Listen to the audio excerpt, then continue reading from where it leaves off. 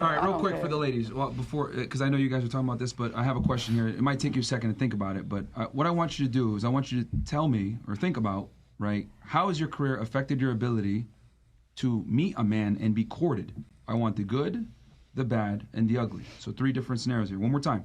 How has your career choice affected your ability to meet and be courted by men? The good, the bad, the ugly. All right? So, sorry, you guys were saying something? No, Melissa, what do you think? Is your career choice working at Sapphire, has it affected your ability to date? No. Can you get the microphone? Oh. No, it has not. Well, so I think it actually made it better. Like, I ended up in a throuple situation. That sounds incredible. I dated my boyfriend for a year, and then like twice as many lovers. And just so you guys know, I'm going to take this question and start here and then work my way this way. So just think about it. Good, the bad, the ugly. How your career choices has affected your ability to meet and be courted by men. Sorry. So honestly, I don't think there's no like bad or ugly in my situation, because I feel like ever since I started dancing and doing OnlyFans, like my life been very positive. Have you met any man who has judged you at all for dancing that you've been attracted to? Yes, I was actually talking to this other guy. We dated for like a week. Actually, like he just broke up with me like a week ago. I was talking to him, but he was like, I have the same question. I know exactly where you're going, Marquett. Wow. The throuple you were in. Yeah, what about the throuple? Connecting here. well, I mean, they were at home waiting for me. Well, I would go see this man, but... But he broke up with you. Hold on. business. Did he break up with you because of the OnlyFans, the stripping, or the throuple? Which one of the 3? He did not know about the throuple. He just thought it was just me and him. So you're cheating. Well, you know what? He knows now. Keep going. Yeah, he knows now.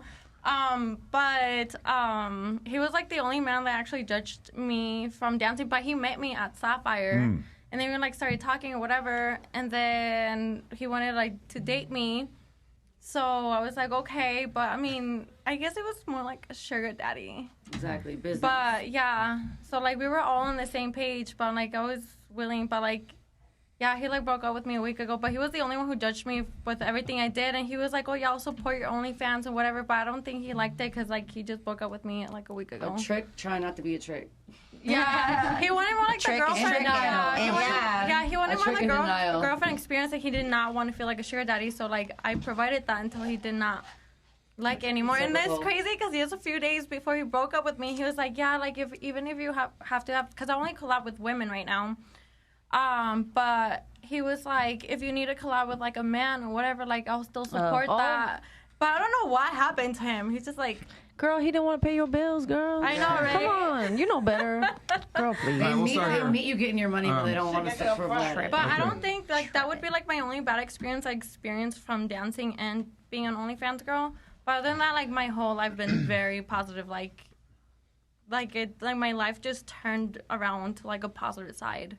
Doing this, so I'm like very happy and I love it, and I'm a very sexual person already myself, I love it. You're like, okay. What about for you? How has your career choices affected your ability? So I've actually seen kind of both sides of the spectrum, which is very enlightening, I guess you would say. When I was younger, I did dance. I don't like to tell people that right away because I do feel like they have a preconceived notion since we are getting to the point of people judging and such. I learned a lot when I was young going... Okay, just the good, the bad, the ugly. I'll get to that. Anyway, so the good being... The good being... girls here. Like, we got to make sure... We got to show the run. You let her talk for like 10 minutes, so let me just finish my answer. Thank you. Whoa. You asked me a question, so I'm trying to answer. Stop. You didn't go good, bad, ugly to her, so let me just kind of explain what I'm trying to say. No. Look. Let me be very clear here. We have a question routine that we have here. Just answer the question nice and succinctly because she was going ahead and mentioning something. She was already talking before the question was asked. All right. So that's why I was like, all right, let her finish out so the rest of you can have time to think and come up with the good, the bad, and the ugly. She got lucky. That's my bad. That's my bad. I asked the question, and we kept going on. Go Understood. Go ahead, tell her. So I would say the good being in being ambitious and going for different things in my life. I would say intimidate certain types of men, and that's totally okay. The good parts, I would say it's empowered me to be very independent and learn, what fulfills me, what I'm into, and then I guess the ugly would be kind of going back to that insecurity or intimidating, trying to be two alphas in the household or two bosses in the household doesn't always work necessarily. So I have to find someone that can kind of put me in my place, since I'm used to always being like, you know, in charge. Is it hard to find, you think? I do. I feel like it takes finding like a real man, like a man's man that is completely comfortable in his own skin and has no qualms about bullshit. And today's society, there's the men, I feel like, are just caught up in, and in the women too. I'm not putting one or the other. I'm just saying I feel like the priorities of the male have gone where it's tough. It's tough. It's tough. So the good is you're ambitious and independent. The negative is men are intimidated by that. Correct. And then the ugly is it's difficult to find a guy that will deal with you. Correct. Thank you. Are we responding at all? Or are we just getting Yeah. Okay. Go ahead. So one, I want to affirm you because I appreciate you being honest, because most people are liars, especially. So I appreciate you keeping it real about something that could make you vulnerable. So thank you for that. Much respect. Consistently, we hear women suggest that men are intimidated by them. I think this is the biggest load of horseshit I've ever heard in my life. And as much as, what are you, like 5'3", 5'4"? Mm-hmm. Okay, so you're 5'4". And why would anyone be intimidated by you? I don't mean like physically intimidated. No, maybe they feel they don't have something to offer me because I can provide that for myself. It's a metaphor. You're 5'4", you're a woman. You making more money doesn't make you more or less intimidating. Just because it doesn't to you doesn't mean it doesn't to other men. That's what I was getting at. Certain men that are comfortable in their own skin, they have no problem. They love that about me. Is this like a hate women podcast? No, I didn't know what the fuck we're doing. These guys are super nice. Yeah, I know. I didn't realize I'm not about to be ridiculed because I'm a fucking boss-ass bitch. No, there's nothing wrong with that. It's just that we can't lie and suggest that guys are intimidated. We didn't say everyone, just like... One second, she didn't lie. We don't have to say that they're intimidated when their value set is not aligned. That's a great valid how many point. times you going to interrupt me? You going to let me make this point? But it's just like you saying every bitch is a prostitute that gets a sugar daddy. No, they're not. My mom had a sugar daddy, and she's not a prostitute. If you let me finish and then you speak, then I'm just we saying, can you're both the be heard. typical example of a stereotyping us women. But no, when you're interrupting, then it shows why you don't get along in a relationship with a man. But if you just listen to me, I don't want to get along in a relationship with a man. And then I listen to you, then we can have a... See, this is really relatable for me because I've had these conversations with men and I've had to learn because they're women haters. I can be a boss bitch without being the loudest in the room or the biggest in the room. And that's kind of learning tact. My life is really and learning. Peaceful. I don't really don't. Right, so this kind of behavior right here, this is when they call themselves alpha or they call themselves boss. Well, that's not alpha, or that's not being a boss. That's being impolite. That's being rude. That's not being feminine. You're being rude to everyone here. Because we all have a chance to speak, but you're speaking while I'm speaking. Can you at least put everyone down? That's can you crazy. acknowledge that you were speaking while I was speaking? I'm gonna stick up for. I hear you, but can you acknowledge that you were speaking I didn't know while? This was a hate women shit. Can you acknowledge that you were speaking while I was speaking and I wasn't talking to you? So we move this. I'm fine. We'll move this along. Taylor, a lot of times when people say, I'm great. A lot of times when people say intimidated, they mean like a preference. This is like crazy. They mean a preference. Does that make sense? That was quick. Yeah, it is, because I'm not about to be fucking hated on because I'm a fucking woman. And like you literally I don't think he was hating. You're leaving having a discussion. Of course I'm Okay. All right, then just leave. Yeah, bye. Babe, I'm leaving. Can I walk the fuck away? Leave. Don't make it you can do that. Yelling. Oh, don't worry. Just get up and leave. Don't worry. Angry. Don't fucking tell me what to do when I'm Very getting up. angry. Just leave. Yikes. I'm leaving. I'm walking Why away. are you yelling You're at making yourself Anyways. look crazy now. Making myself look crazy. All you do is ridicule women. Did you ask why she was yelling? I thought we were being pretty polite. When you were mean. just yelling 30 minutes ago? Very mean. Yeah. But men aren't attracted to these boss women. Yeah, fucking ridiculous, man. The people that know her whack not So that's what I'm getting at. I've had to find the happy medium between being a boss woman, but knowing that there's a time and a place for it, and knowing when I'm with my man or the right man per se, that I don't have to like knuckle up or like prove anything or like get all loud. And I used to be that. I mean, they've seen me get like that So in many here. girls have done that. But they drive away the alpha men that they're attracted to. And it's a fact. They keep No, driving, it is a fact. They're attracted to I'll own alpha that. men, and they keep driving them away. And It that's is what a girls fact. need to identify when they're this aggressiveness, and they're Very always aggressive. attracted to the same alpha men. But then they go with them for a minute, and they're too aggressive. The guy's just like, bye. You could be a badass, confident woman, but you don't have to be aggressive. It was simple. She hasn't. That's why Breathe she's in, single. breathe out. The thing that I find strange is like it's dishonesty through redefinition. So we're talking about a boss, right? I wish she was here so I could say, okay, you're a boss. What's the highest number of employees you've had? What's the highest number of employees you've had since you're a boss? I have an eerie feeling that she's really not a boss. She's in the service industry and just doesn't realize it's the vocabulary. I feel like the society has lost the vocabulary. We use words that we say words that don't mean what we're saying, and that's why which is also people are known always, as a lie. Totally. So she's actually sitting next to a boss, but she's not a boss. And I think that's why she got so uncomfortable. And she said, how can I get out of here so that I don't have to deal with this level of conversation? It was an escape move. And here's the thing. I've seen this before. Same thing Adam 22 did. When he saw it getting hot on one person, he thought, oh, shoot, I'm next. Let me do something and have an outburst so I can make an exit. When in reality, when I was talking to you, I have a lot of respect for you. You're an entrepreneur. I'm an entrepreneur. First thing I did is said, hey, let me acknowledge that you told us something you didn't have to tell us. Thank you. And I appreciate that. Right? And I don't necessarily agree with everything you have to say, but I can respect you enough to hear your point of view and hope that you vice versa. And we can have a dialogue. We don't have to all agree on everything, but we should be able to talk like adults. It's taken time, though, y'all, for me to get to this point. I mean, Rome wasn't built in a day. Now, we know she was lying and frauding because how is it that she's more mad than you are and I was talking to you? Well, she's obviously triggered by her own issues, and I felt for her because I understand what she's trying to say, and I can agree to her points. I just think bad for her too. I think, like me, I had to learn how to articulate my points of view in a way that truly made a difference versus making a scene or making it emotional. You know what I think the difference is between you and her is that you have some level of competence and personality to where you can actually do something other than sex work.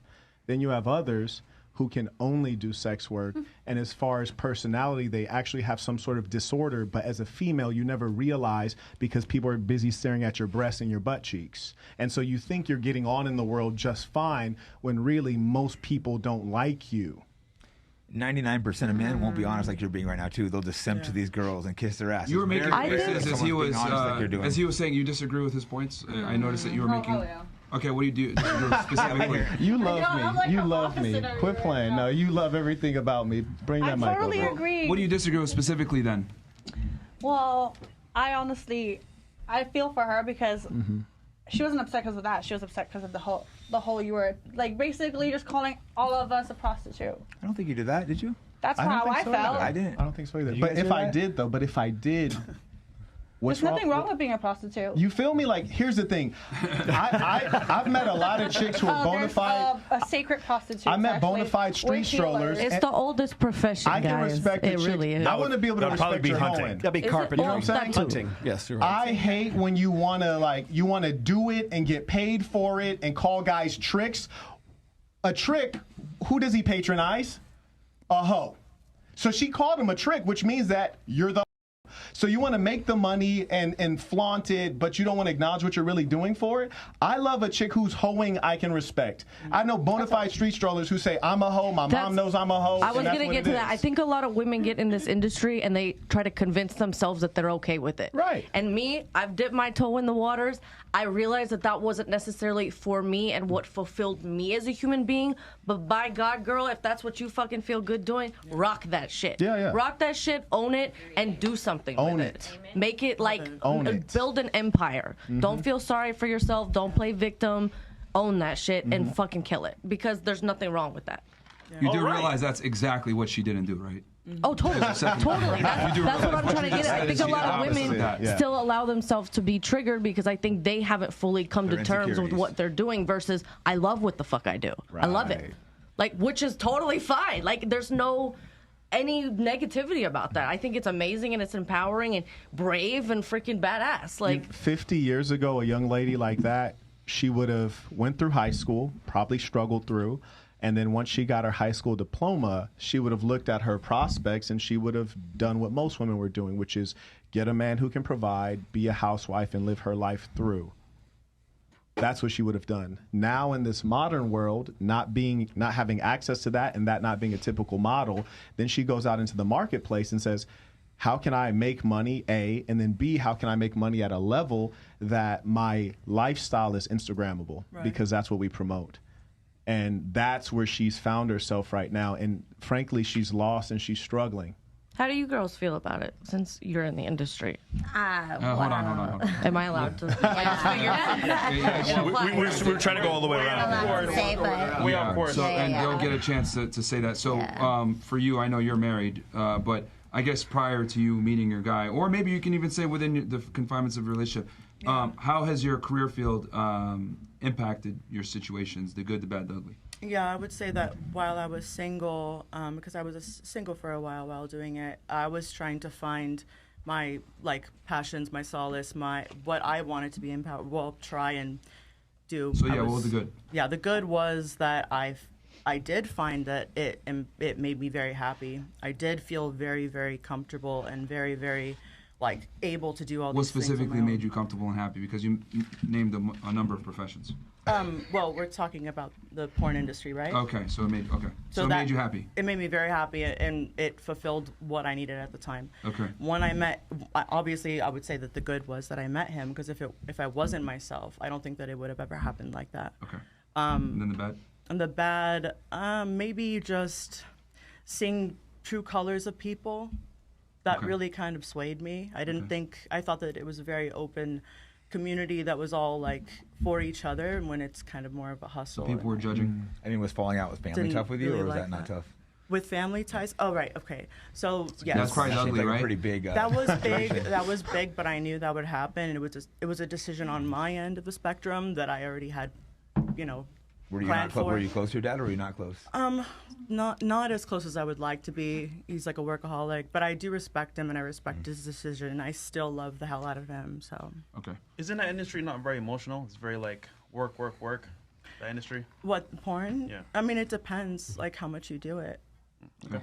What about you? The good, the bad, the ugly when it comes to meeting men and being courted. I want to put emphasis on being courted. The good is, I found confidence in myself, and I was able to see past fuck boys and all that, and I have been able to meet very intelligent men that have helped me with my business. The bad is fuck boys, men who are infatuated with you and not really with you for the right reasons. Can you define a... And the what? I was hoping to hear that definition. What is a in your... It's just a guy who, hits you up and they just want to fuck. There is no intention of anything long term. But don't they need to be lying though to be like if they're telling the truth about it, would that make them a fuckboy? No, Jack, no. Yeah, so Taylor, you agree with me? All kinds of levels of the So would O.J. Simpson be a... God, here we go. Just kidding. R.I.P. Juice. I apologize. R.I.P. Juice. Sorry about that. Fucking segue. We got controversial here. Hey. Actually, no. Huh? Don't let him rest in peace. Yeah. Let him burn in hell. Listen. That man ran for 2,000 yards in a 14-game season. And committed murder. But I would say... Allegedly. The good is you confidence, find different types of men, good and bad, but the bad is you met a lot of men that just want sex. Okay, and then what's the ugly? And the ugly is domestic violence and my custody issue with my baby daddy. Did that stem from your career choices? A little bit. Okay, all right. What about you? For me, right now, my dating life is very fun, but imagining. So the good is that it's fun. Yeah, but we're talking about being a stripper. I'm assuming, right?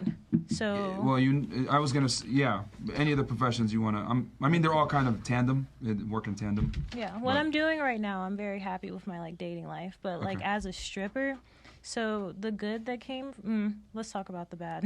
Okay. The bad that came from it, I feel like when you're in the club and then you see how men act when they don't have respect for you. Okay. So you see the dark side of male nature. Yeah. Okay. So it gets you kind of There's something that you can't really come back from. You can try to heal from that, but in the normal dating life, everything you feel like a man's going to talk to you about, you feel like that's going to be a lie. There's extreme trust issues.